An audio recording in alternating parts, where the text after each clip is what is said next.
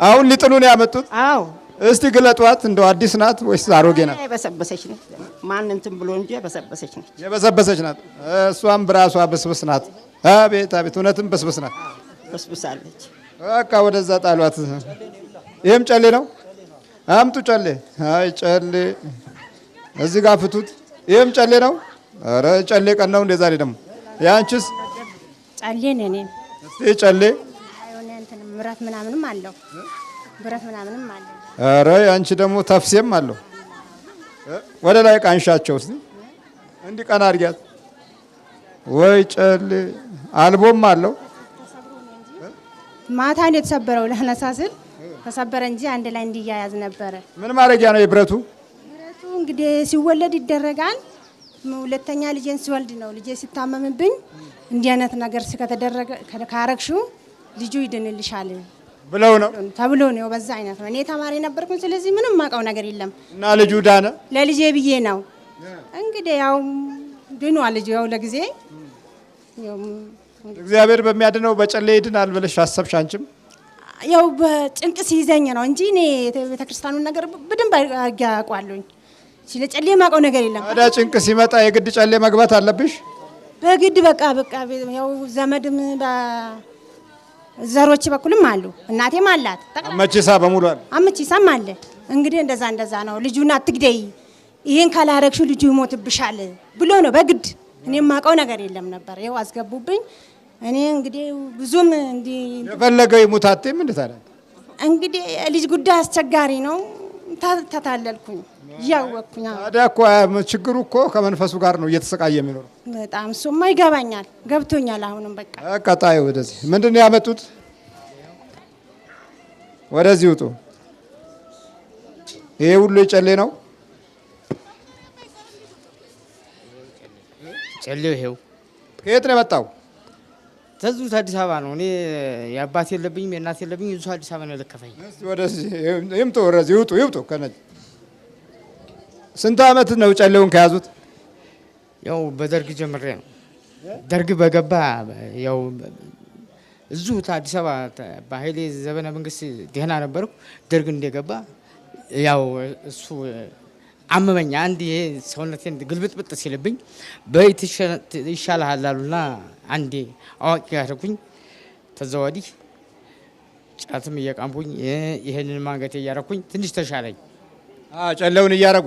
አዎ። ጫት እየቃሙለት? አዎ። አሁን በመሀል ደግሞ አንድ አባት ነበሩኝ። ይሄ ጨሌው ጌጥ ነው፣ ጨሌ አይባልም። ከዛሬ ጀምሮ በ15 ቀን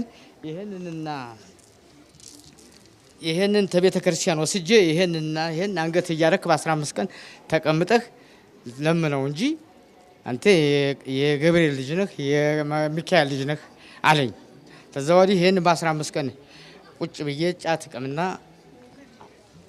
ለምን ያሉት ማን ነው? ለምኑ ያሉት? አውሌ ያለበት። አውሌ ያለበት ነው። እስቲ እንዴት ነው የሚደረገው? እስቲ የሚለመነው እንዴት ነው? እሺ አሳዩን እስቲ ቁጭ ብለው። ይሄን እንዲያረጋለሁ። እሺ ይሄን እንዲያረጋለሁ። እቺ እንደዚህ አረግና ይሄን እንደዚህ አርጌ ቁጭ ብዬ እቅማለሁ። ሶስት ነው። 1 2 3 ጨሌ። እሺ እነዚህ አታርጌ በቃ ከዛ በኋላ እስከ 15 ቀን ዝም ብዬ ወደ ስራ ነው። ከዛ ወዲህ እንትን ግን ቤት ልጆችም ቤተሰቤ በሙሉ እየተበጣበጠና በሽተኛ ሆኑ እና ትንሽ ልጅ አለች። ልመናው እንዴት ነው ያ ሼኪው የነገሩት? ያው በገብርኤል በሚካኤል በመድኃኔዓለም እመን በእመቤቴ ማርያም እያመንክ ቃም ነው ያለኝ። በቅሚያ ማለት ነው። እና በዛ እየቃሙ ይለምናሉ? አዎ በዛ እየቃምኩኝ ያው እለምናለሁ። እየለመንኩ ነበር። ግን ያው ጤና የለም በቤቱ ጤና የለም። ይሄ አልባሳቱ ነው። ይሄ ይለበሳል። ይሄ የሚለበስ ነው። ይሄ የሚለበስ ነው። ይሄ የሚለበስ ነው። ይሄ የሚነጠፍ ነው። ይሄ የሚነጠፍ ነው። ይሄ እንዴት ነው የሚለበሰው? ይሄም እንደዚህ ይለበሳል። እንደዚህ አጠልቅና ለብሰዋለሁ። እሺ ይሄን ደግሞ ተስር ታጠቀዋል። ይሄ ትጥቅ ነው ወደታች። አዎ ሰንታታች የሚገርም ነው።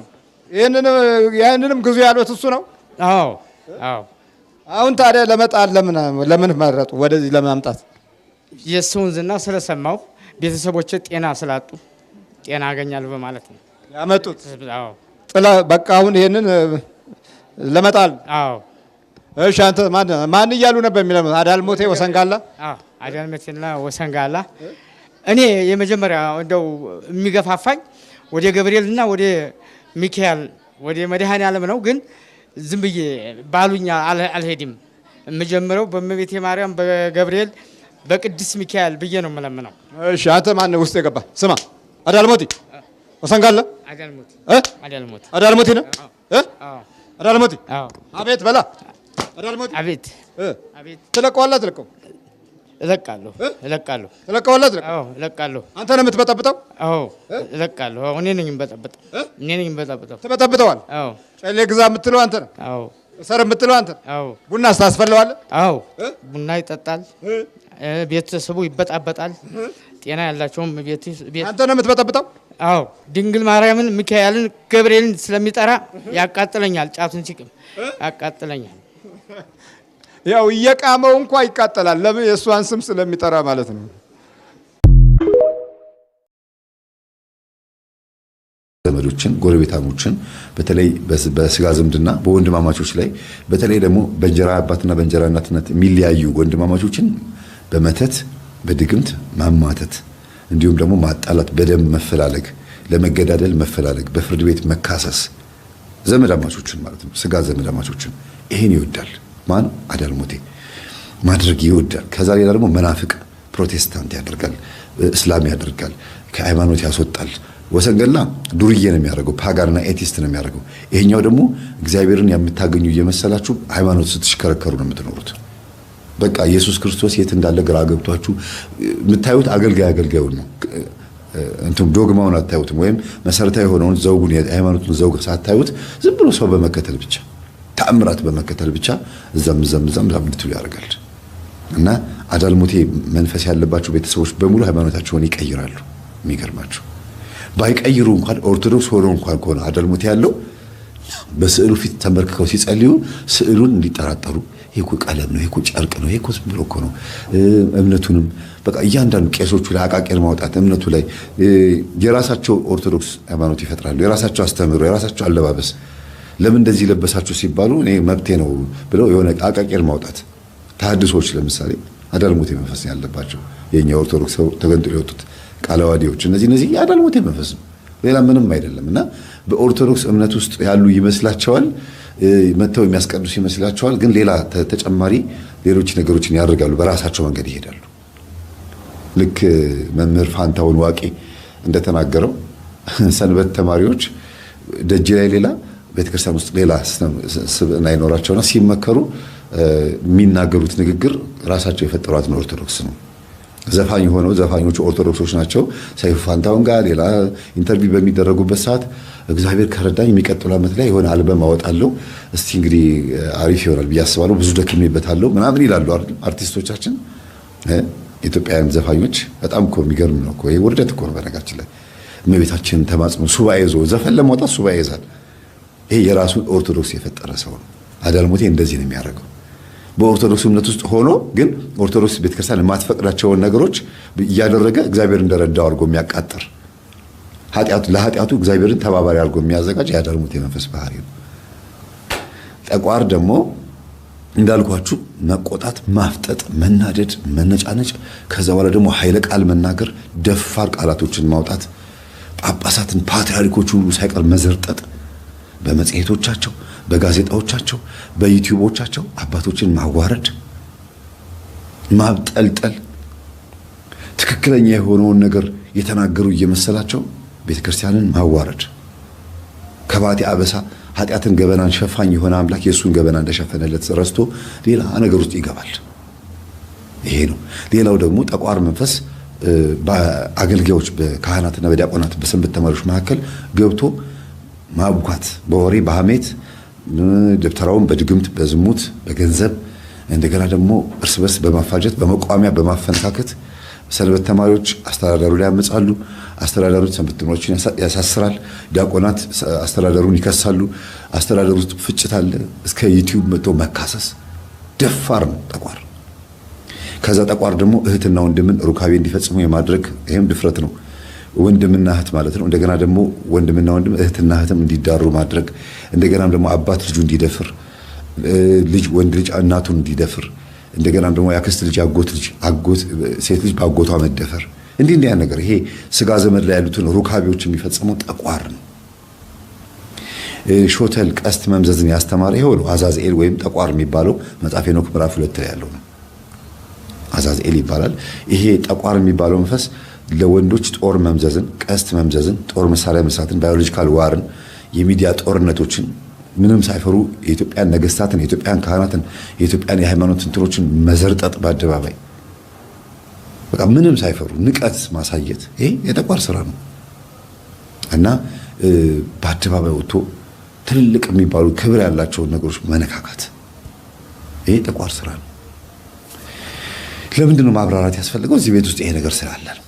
መምህር ምን ነው ከገጠመኝ በፊት ብዙ አወራህብን ብላችሁ ኔክስት አደረጋችሁብኝ፣ ወደፊት አደረጋችሁብኝ። የምናውቀው ነገር ነው ብላችሁ ቸላላችሁት። ይሄንን የማወራው እዚህ ቤት ውስጥ ስላለ ነው። ሶስቱም ልጆቻቸው በዚህ ጉዳይ ውስጥ ስላሉ ነው። አንደኛ ልጆቻቸው እምነታቸውን ቀይረዋል። ሶስቱም ልጆቻቸው የመጀመሪያ ልጃቸው ፓስተር ሆነ፣ ቸርች ከፈተ። ሁለተኛው ልጃቸው ኳየር ነው፣ የቸርቹ ኳየርም ነው አስተዳደርም ነው። ሶስተኛዋ ሴት ነች ልጃቸው። ሶስተኛዋ ልጃቸው ደግሞ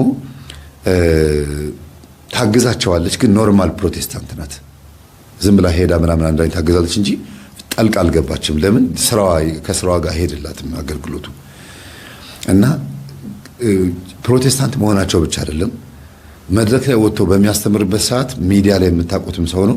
እጅግ በጣም ከባድ የሆነ በቃ ውርደት በሚያስብል መልኩ ቤተክርስቲያናችንና ኢትዮጵያን ማዋረድ፣ ነገስታትን መሳደብ፣ መንቀፍ ልክ ትዝታው ሳሙኤል እየሆነ እንዳለው ማለት ነው። ከኢትዮጵያ ኦርቶዶክስ ተዋሕዶ ቤተክርስቲያን ውስጥ ነው የወጣ ነው ብለው አብዛኞቹ ስለሚያስቡ አውቃታለሁ ነው የሚሉት። እናውቃታለን፣ ስለዚህ እንደፈለግን እናገራለን ነው የሚሉት። እና በዛ ልክ የሚናገር ሰው ነው። ብዙ የሚታወቅ ፓስተር አይደለም፣ ግን ደግሞ የራሱ የሆነ ማህበራዊ ሚዲያ ስላለው ተከታዮች አሉት የራሱ ሆነ እና ንግግራቸው ከልክ ያለፈ ነው።